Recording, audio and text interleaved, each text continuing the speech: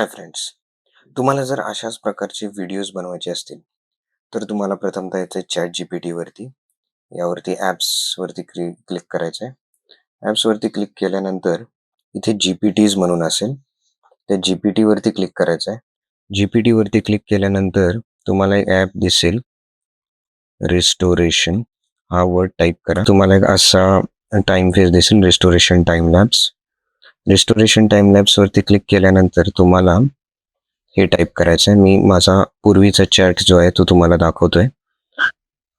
तुम्हाला टाईप करायचं आहे या गोष्टी. Create 6 to 7 scenes showing the transformation of the exterior to fully functional interior. है ना.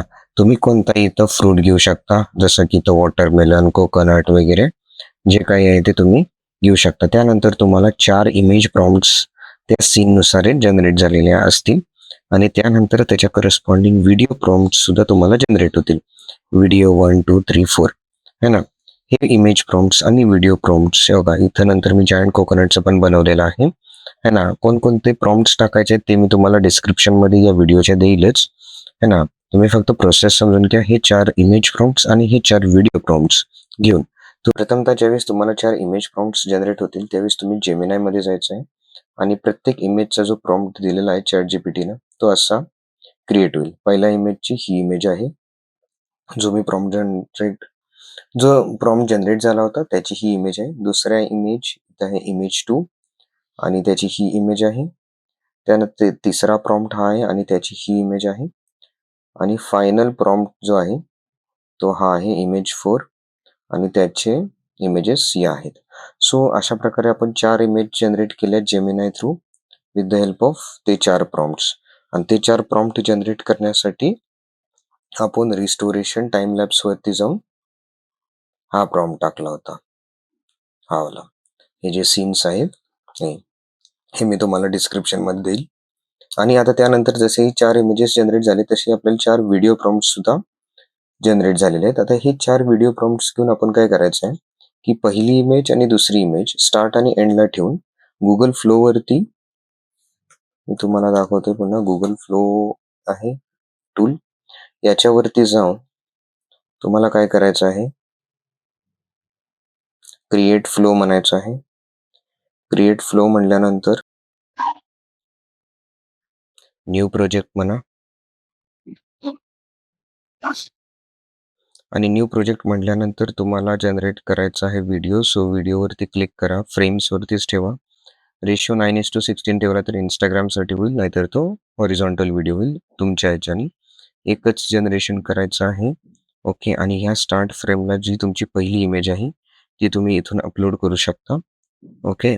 लेट्स से मी कोकोनट 1 म्हणतोय आणि दुसरी इमेज जी आहे ती सुद्धा तुम्ही इथून टाकू शकता. इथे आहे कोकोनट 2 आणि त्यानंतर हे जे तुम्हाला व्हिडिओ प्रॉम्प्ट्स जनरेट झाले होते हा प्रॉम्प्ट टाका.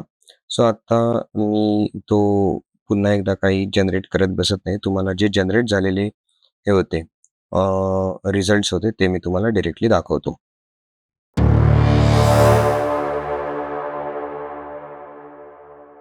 सो गाईज, जसं मी तुम्हाला सांगितलं की तुम्ही गुगल फ्लोमध्ये जनरेट करू शकता.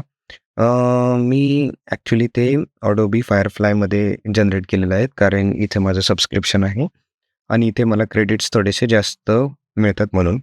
सो मला जे सांगायचं होतं ते हे 4 व्हिडिओज मी त्या कोकोनटसाठी जनरेट केलेले आहेत. त्यातला तुम्हाला एक प्ले करून दाखवतो, जेणेकरून तुम्हाला समजेल. मी मॉडेल वापरलेला आहे Veo 3.1, रिझोल्युशन 720 पिक्सेल आहे है ना. रेशो घेतला आहे मी व्हर्टिकल. फ्रेम्स घेतल्या 24 सेकंड्स आणि हा 8 सेकंदाचा व्हिडिओ.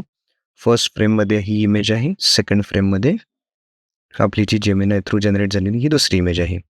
आणि त्यानंतर मग मी जो व्हिडिओ प्रॉम्प्ट होता तो इन्सर्ट केलेला आहे. अशा प्रकारे मी 4ही व्हिडिओज इथे जनरेट केलेले आहेत त्या इमेजेस थ्रू. सो हा बघू शकता, हा मी तिसरा प्रॉम्प्ट टाकलेला आहे. फर्स्ट फ्रेम दिलेली आहे इमेज, सेकंड फ्रेम दिलेली आहे ही इमेज आणि त्या हिशोबाने हा प्रॉम्प्ट टाकलेला आहे. सो अशा पद्धतीने तुम्ही जर हे एंटायरली कंप्लीट केलं तर तुम्हाला अशा प्रकारचा व्हिडिओ दिसेल. सो फायनली हा तुम्हाला आपला व्हिडिओ रेडी झालेला आहे.